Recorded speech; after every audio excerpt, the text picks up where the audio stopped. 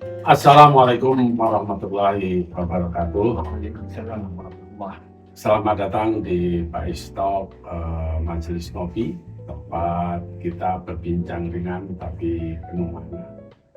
Ngopi sambil mengasah wawasan. Hari ini kita akan ngobrol tentang sesuatu yang lagi hangat dan mungkin bagi sebagian orang terdengar seperti teori konspirasi. Tapi ini bukan tentang teori, ini soal kedaulatan digital. Ya. Kalau kita biasa dengar soal perang dunia fisik, kali ini kita bahas soal perang yang sunyi, tanpa ledakan atau sirine, perang yang mungkin sudah dimulai dan kita baru akan sadar ketika semuanya sudah terlambat. Judul kita kali ini, Turki tak putus internet ya, tapi putus ketergantungan. Nah, ini dia kita punya tamu spesial ya hari ini, Mas Agus Maksum yang baru kembali dari Turki. Nah, Mas Agus, Assalamualaikum Mas Agus. Assalamualaikum warahmatullahi wabarakatuh. Ya, Masya Allah. Apa kabar Mas Agus? Sehat ya? Sehat. Mas Agus baru pulang dari Turki ya? Iya. Berapa hari Mas Agus? 3 hari saja, cuma 3 hari. Jadi ini kunjungan ofisial ya? Iya. Jadi kita menjajaki kerjasama teknologi IT ya dengan Turki, karena kita melihat Turki punya cara yang lebih masuk akal untuk bisa kita terapkan di Indonesia. Masya Allah. Jadi kunjungan ini tentang kerjasama ya? Iya, penjajakan teknologi, di mana kan kita bicara tentang kedaulatan. Dan kalau kita bicara tentang kedaulatan digital, itu kan kita udah bicara panjang antara Amerika atau dunia Barat dengan Cina. Yeah.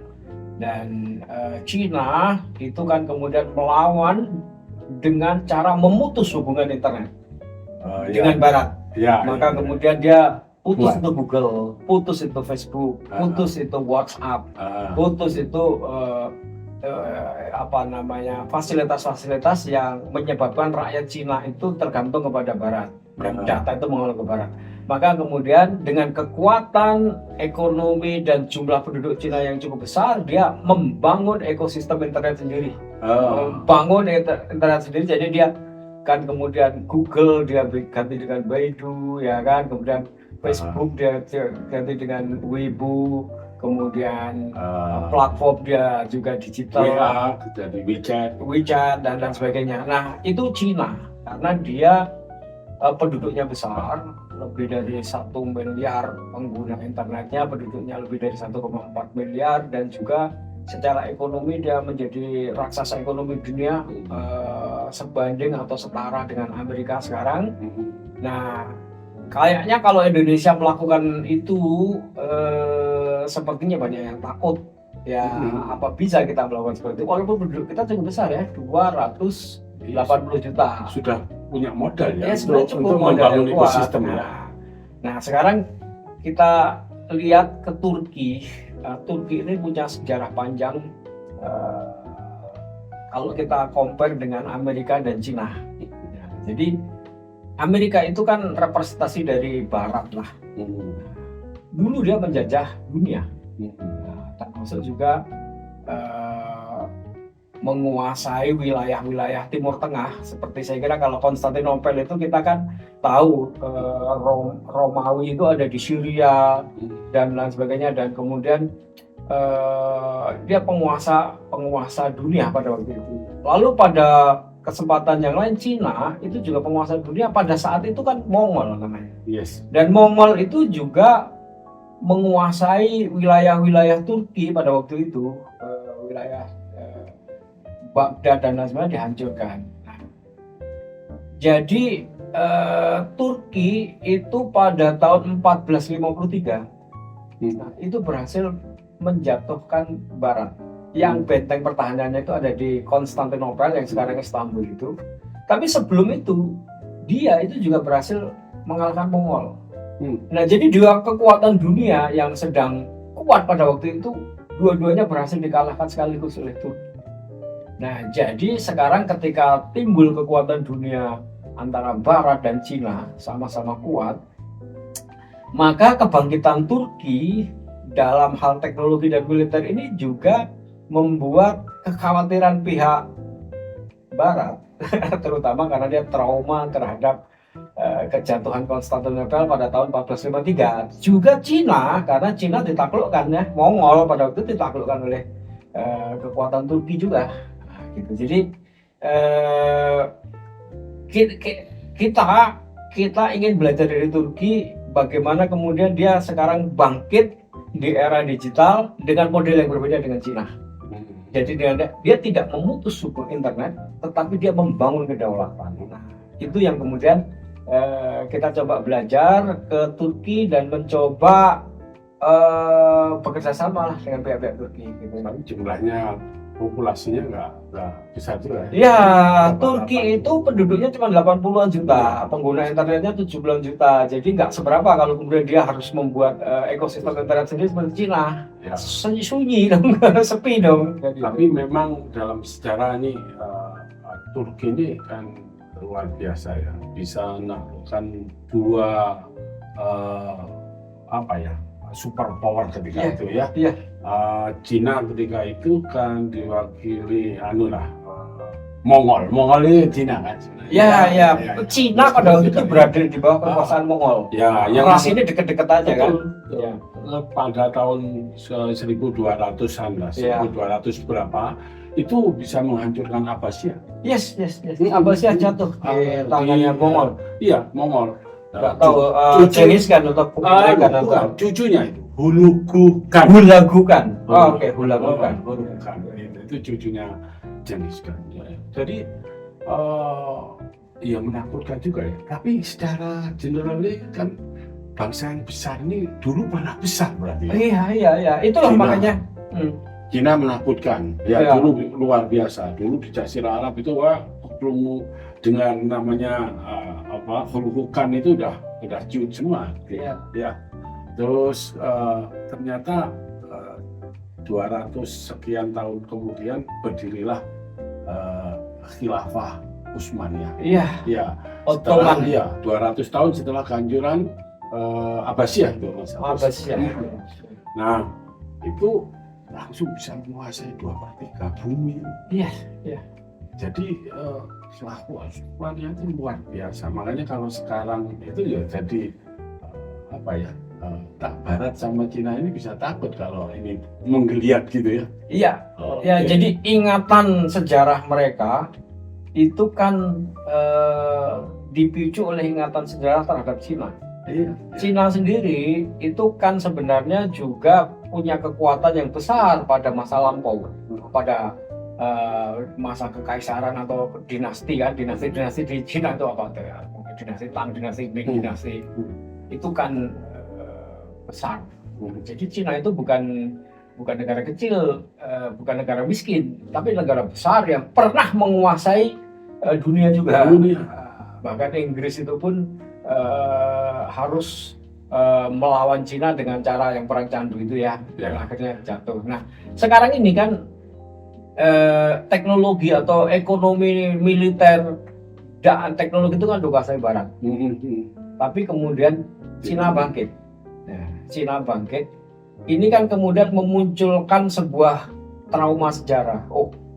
Negara yang dulunya besar sempat jatuh, ya kan, tiba-tiba bangkit dan sekarang menjadi super power melawan Amerika, baik dari ekonomi, militer maupun teknologi. Nah, dan sekarang terjadi pertarungan kan antara Cina dan Amerika atau Barat. Ini bukan cerita baru lagi. Nah, sekarang tiba-tiba Turki muncul, maka ingatan kolektif dunia itu kembali kepada peristiwa-peristiwa di mana Turki melalui Ottoman, mereka menyebutnya atau Khilafah Turki semuanya itu bangkit mengalahkan dua kekuatan yang sekarang sama-sama bahkan juga mengalahkan kekuatan Barat dan kekuatan Mongol. Dua-duanya dikalahkan dengan cara yang sangat luar biasa. Bukan mereka itu terutama Barat itu rapuh, runtuh. Nggak nyangka ya, Ya. sebenarnya. Tetapi Turki melalui Muhammad Al-Fatih lah yang mampu membuat komando gerakan, teknologi dan juga cara di luar nalar. Jadi bagaimana Konstantinopel itu membangun benteng kekuatan, lalu di situ kan ada selat namanya Selat Bosporus. Nah, selat ini ditutup pakai rantai. Jadi tidak mungkin ada kapal bisa masuk sini sehingga nggak bisa menyerang dari sini, dari depan benteng ini. Dan itu ranjau semua. Iya kan? Sehingga kemudian tidak mungkin orang menyeberang ke Selat Bosporus itu. Nah, jadi Turki juga melihat ya Ottoman di situ titik lemahnya, karena dia tidak berpikiran bahwa akan ada serangan masuk dari situ. Dia juga tidak ada berpikir bahwa kemudian ada kekuatan yang bisa masuk ke situ karena selat ditutup. Nah, pikiran Muhammad Al-Fatih luar biasa. Kapal dinaikkan ke darat, nyebrang lewat Bukit Galata, dan kemudian masuk ke Selat Bosporus hanya dalam satu malam. Ya, jadi bagaimana kapal itu bisa dilewatkan darat, naik ke gunung, jadi pohon-pohon itu ditebang, kemudian digunakan sebagai roda, dan kemudian dia punya itu harus dikasih pelicin itu kayak oli gitu. Dan dalam waktu satu malam menyeberang Bukit Galata dan masuklah ke Selat Bosporus. Konstantinopel tidak menduga bahwa kemudian sudah ada lawan yang ada di Selat Bosporus dan kemudian menyerbu dari gerbang depan, dan disitulah tembus ya. Waduh, ini langsung aja ya Agus, judul kita hari ini terdengar agak nyentil memang. Turki tak putus internet, tapi yang putus justru ketergantungannya ya. Iya. Maksudnya apa nih Mas? Iya, jadi itu tadi. Ini kayak sindiran misalnya. Iya, jadi gini. Sindiran halus, pedas. tapi pedas. Iya, jadi gini. Turki tidak berlaku seperti Cina tadi kan ya, secara total membuat sebuah ekosistem sendiri ya, karena jumlahnya yang kecil. Mau nggak mau dia tetap terhubung dengan internet dunia. Google ada, Facebook ada, WhatsApp ada. Tapi dia tahu bahwa itu semua mengambil data dari Turki, ya kan?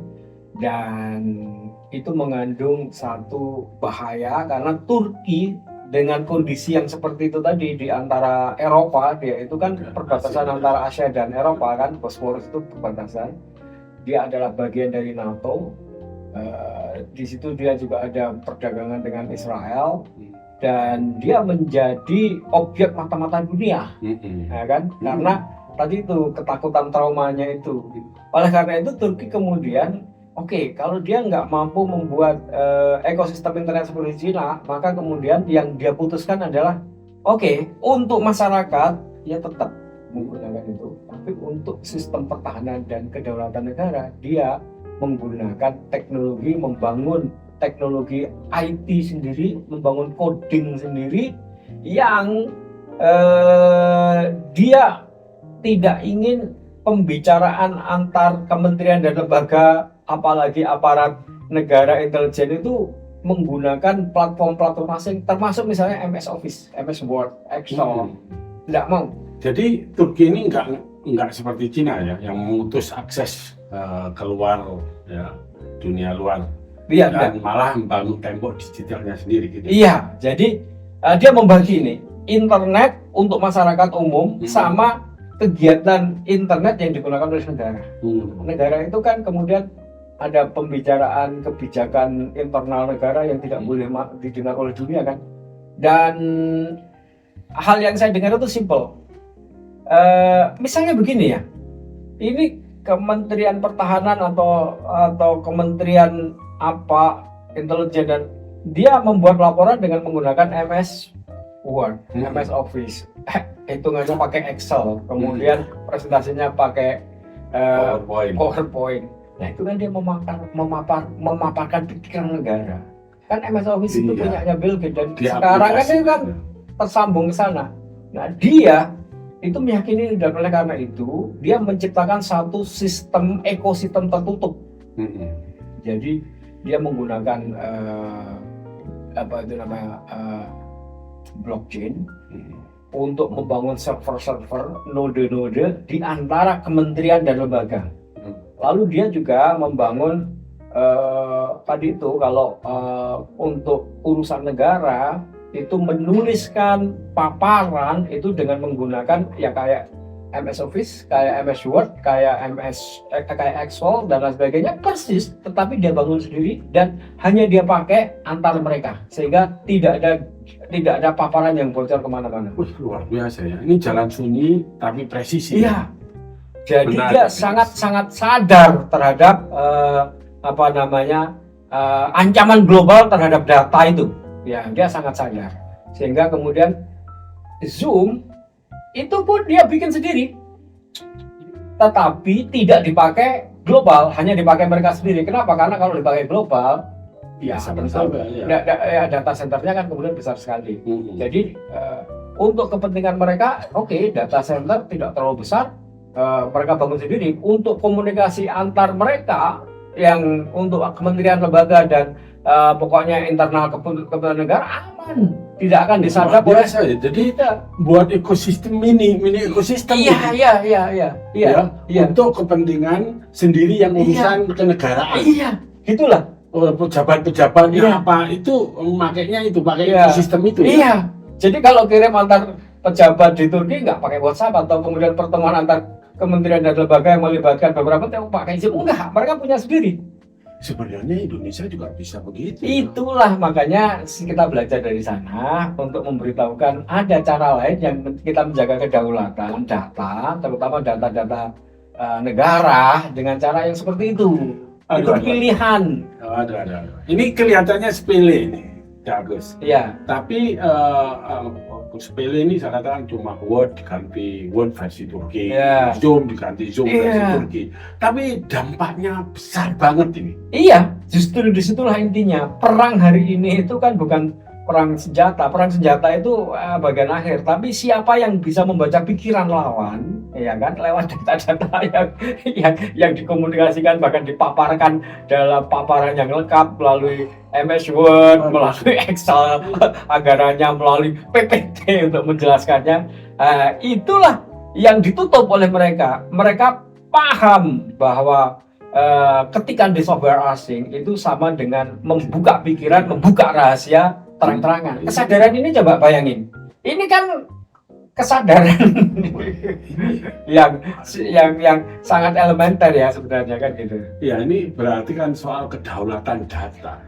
Bukan hanya kedaulatan data itu, lebih dari itu kedaulatan data, kedaulatan digital, kedaulatan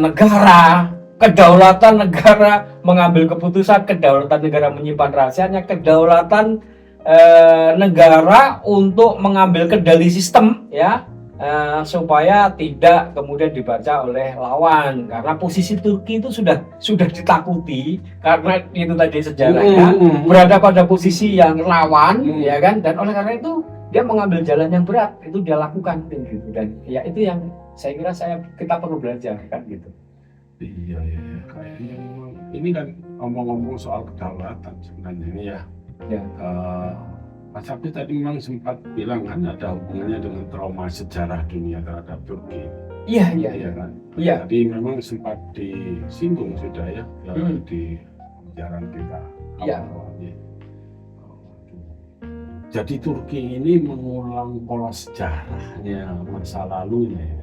Iya, itu yang saya kira perlu kita sadari, karena Turki itu sebenarnya bukan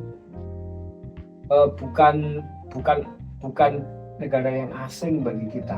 Karena gini ya, ketika Turki itu Ottoman itu berkuasa menguasai dunia setelah mengalahkan Konstantinopel dan juga Mongol, itu kan kemudian dakwah ke Indonesia melalui Wali Songo itu kan didukung oleh Turki. Ya coba sebenarnya kita akan jarang kemudian apa itu namanya menarasikan ini bahwa sebenarnya para wali itu kan didukung oleh Turki Utsmani. Bahkan kerajaan-kerajaan Mataram sekalipun waktu itu kan kemudian ada hubungannya dengan Turki Utsmani. Gelar Sultan misalnya kan itu berasal dari kehalan Turki Utsmani. Nah, misalnya yang ada di Mataram itu sampai dalam ngarso dalam engang Sinuwun Sri Sultan, ya kan? Khalifatullah Panotogomo. Nah, Khalifatullah Filat ing tanah Jawa. Kalau di sana kan Khalifatullah, ya kan? Di sini Khalifatullah Filat. Kalau di sana Khalifatullah Filat, di sini Khalifatullah Filat ing tanah Jawa. Kemudian Sayyidin Panotogomo, ya. Senopati ing Alogo itu gelar sama dengan Turki. Itu jadi model itu, jadi ini Turki bukan hal baru buat kita, ya. Juga pada waktu perang Diponegoro ini jarang kita baca, jarang kita lihat di dalam sejarah yang kita baca. Tapi coba baca di dalam novel sejarah tulisannya Ustadz Salim Abdullah. Nah, Ustadz Salim Abdullah ini seorang ustadz yang cukup paham sejarah, ya. Itu menjelaskan kenapa Pangeran Diponegoro perang selama 5 tahun itu membangkrutkan Belanda, karena ternyata di belakang Pangeran Diponegoro itu ada bantuan dari Turki, bantuan keuangan, bantuan senjata, bantuan sistem kemiliteran. Nah, itu. Sistem kemiliteran Pangeran Diponegoro itu kan berasal dari Turki, dari ada gelar-gelar panglima-panglimanya itu. Nah, itu sistem pertahanan, sistem militer dari sana. Jadi ini bukan nostalgia, tapi gini, DNA yang sekarang muncul di Turki dengan model ini, ya ada baiknya kita belajar lagi ke sana. Dan Turki terbuka kan untuk bekerja sama dengan kita, karena Pak Prabowo dan Pak Erdogan sudah menandatangani, dan sekarang kan kerjasama pertahanan antara Indonesia dan Turki itu sudah cukup intensif. Nah, sekarang kita coba jajaki, belajarlah IT-nya itu, bagaimana membangun kedaulatan digitalnya. Kita bukan hanya kebocoran di urusan ini, ya. Semua kan menggunakan platform-platform yang tadi disebutkan itu, Mas. Tapi di kuping itu malah juga direkam juga kan? Iya kan? Kita pernah dengar tuh. Oke, Mas Gus, masalahnya lalu bagaimana dengan Indonesia? Di mana posisi kita dalam hal ini? Nah, ini tadi yang saya maksud. Indonesia ini sekarang ini kan masih seperti apa sadar apa enggak, kita buka semua, ya kan? Nah, jadi kalau mengacak pada Turki tadi, ya kan, oke, masyarakat kita udah menjadi pengguna Google, pengguna Facebook, pengguna WhatsApp, marketplace kita juga dikuasai oleh dua belah pihak itu, baik Barat melalui Timur maupun Cina melalui TikTok dan lain sebagainya, Alibaba. Platform-platform kita itu kan kemudian mengimpor barang dari Cina dan lain sebagainya. Nah, nggak tahu kita kesadaran tentang berdaulat itu secara narasi saya dengar dari para pemimpin negara sudah. Secara narasi sudah. Nah, sekarang kita tinggal cari caranya kan, bagaimana implementasinya. Model Cina mungkin terlalu berat. Nah, saya kira ada baiknya kemudian kita mulai Indonesia itu masyarakat nggak bisa lepas dari itu. Tapi kemudian sistem ketatanegaraan lah, tata kelola data setidaknya, ya kan gitu, tirulah kan gitu. Pertama, yang kedua, Turki walaupun Google-nya terbuka, walaupun platform yang lain terbuka, tapi waktu itu saya sempat tanya dan ini menjadi jawaban adalah begini. Kenapa saya nggak lihat McD banyak ya? Hanya beberapa di tempat. Kemudian Starbucks juga saya lihat hanya beberapa, nggak sebanyak di Indonesia. Nah, Turki itu membatasi. Walaupun mereka bisa mengakses internet, tetapi barang-barang produk dari luar masuk itu dibatasi. Jadi misalnya kita bisa beli online, tapi barangnya masuknya dibatasi. di bea cukainya itu, sehingga kemudian nggak leluasa kemudian kita bisa beli. Kenapa? Karena oke, beli tapi begitu masuk dibatasi, ada pembatasan, ada aturan yang menyebabkan barang ini lebih mahal dari produk lokal. Iya, berarti dibatasi dengan non tarif barrier itu. Ya, jadi mereka memprioritaskan produk dalam negeri. Ada platform dalam negeri yang kemudian memprioritaskan produk-produk dalam negeri, UMKM dalam negeri, sehingga kemudian ya seperti kopi itu tadi, Starbucks ada, tapi hanya beberapa. Tapi Kopi. kafe-kafe yang Turki itu banyak sekali di mana-mana. Walaupun mereka nggak punya produk kafe, semua kopinya dia impor dari Brasil, dari Afrika. Tetapi warung kopi itu banyak, kafe itu banyak, karena mereka dingin, banyak sekali, iya kan? Kalau di sini yang lokal suruh bersaing dengan, jadi tidak ada keberpihakan. ya, jadi ada satu kedaulatan melindungi pasar. Nah, gitu loh. Oke, platformnya nggak bisa dicegah. Tetapi kalau kamu beli dari platform asing itu, barangnya kan ada di luar negeri. Begitu masuk ke sini, tidak ada free trade area misalnya kan gitu. Sehingga kemudian barang itu masuk nggak sembarangan. Sehingga kemudian ya orang Turki kan kemudian cari yang lebih murah, lebih mudah kan. Yang lebih murah dan lebih mudah adalah produk dalam negeri. Nah, sehingga kemudian pasar Turki itu terlindungi gitu lah. Jadi ini sebenarnya bukan masalah teknologi saja, ini masalah keberanian negara. Iya, bukan masalah teknologi. Kalau teknologi saya kira ya Turki punya engineer, kita punya engineer. Masalahnya engineer kita diberi kesempatan untuk mengimplementasikan dan didukung atau tidak. Nah, kalau di sana kan didukung. Kita misalnya kan engineer kalau hanya membuat seperti WhatsApp, Zoom, itu nggak ada masalah. Bahasanya ini kita bukan kekurangan orang pintar, bukan kekurangan, tapi kekurangan keberanian negara. Keberanian untuk keputusan. Dan juga keberanian itu harus dibarengi dengan model bisnis kan. Karena ini kan pertarungan model bisnis antara kapitalis. Betul. Dan di sisi lain komunis itu mengambil kapitalisme sebagai model bisnis di sana, sehingga kemudian berkembang. Nah, contoh yang paling simpel kan gini, oke, apakah kita nggak bisa sih buat WhatsApp? Oh bisa.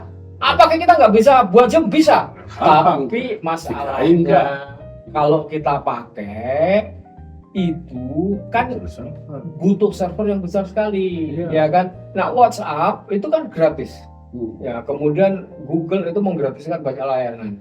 Lalu kemudian Facebook juga menggratiskan banyak layanan. Dan itu semua ketika gratis kita gunakan kan kita share foto, video.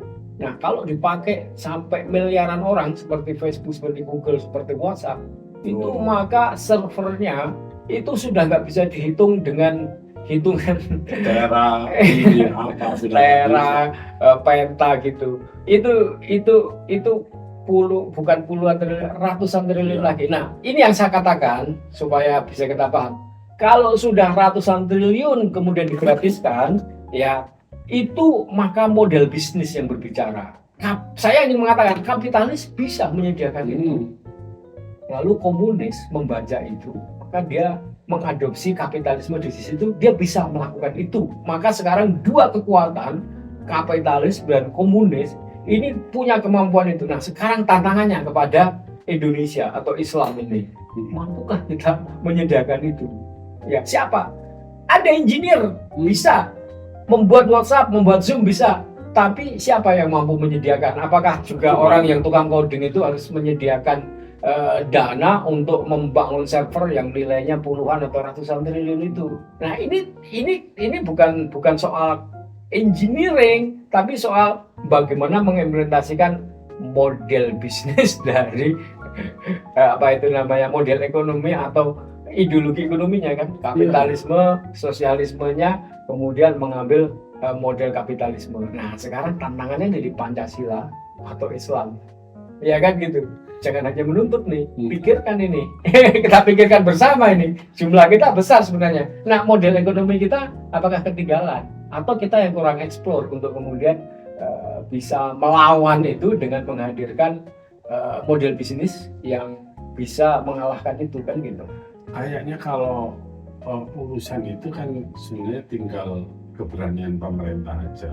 kalau berani ngambil sikap, pemerintah hadir, ambil peran, ya, yang punya uang, yang punya dana kan pemerintah. Iya, karena pemerintah dalam hal ini negara kan mendapat amanat pasal 33 Iya. cabang produksi yang penting menguasai hajat hidup orang banyak ya.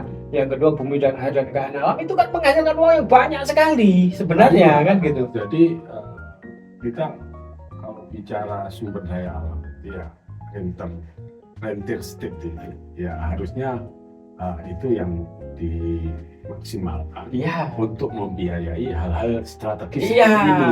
Gitu. iya harusnya. Kan dari pelajaran yang bisa kita ambil dari Turki ini kan ternyata Turki ini untuk urusan hal-hal yang kepemerintahan dan lain-lain yang tidak boleh itu didengar oleh kompetitornya lah. Iya, perusahaan iya, itu betul, ya. betul.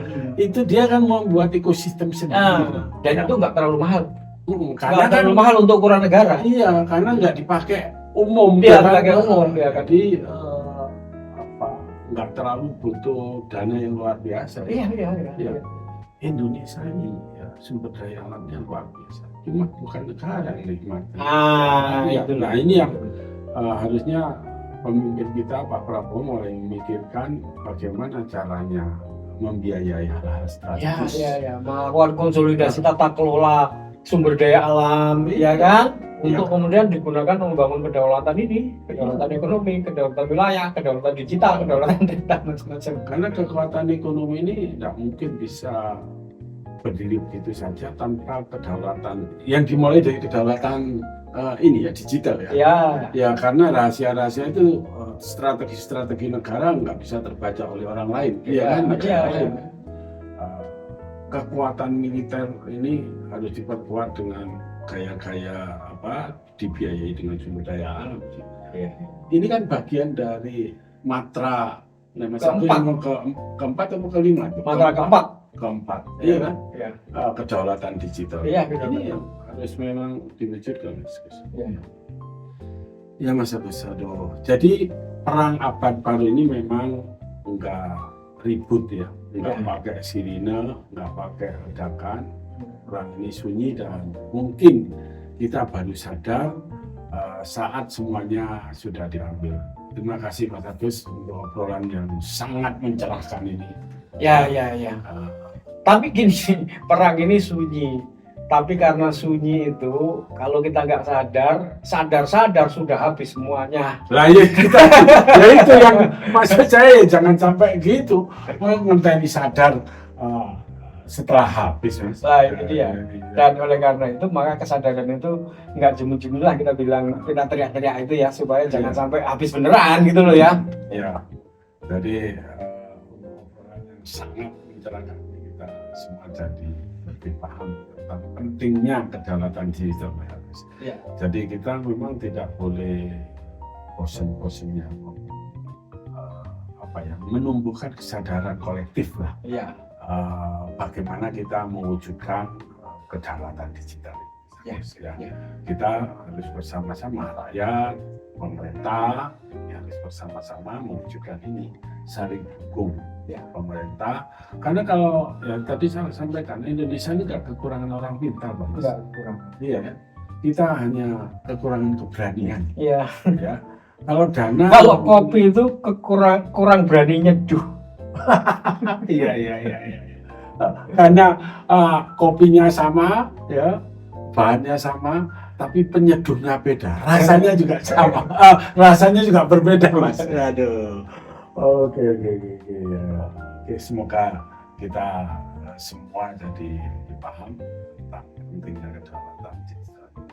Jadi Mas, terima kasih Mas atas obrolannya siang ini. Dan semoga barokah, tetap sehat. Amin. Yang penting ya ini tadi terwujud kedaulatan digital kita. Semoga. Oke, terima kasih. Assalamualaikum warahmatullahi wabarakatuh. Assalamualaikum warahmatullahi wabarakatuh. Oke, terima kasih.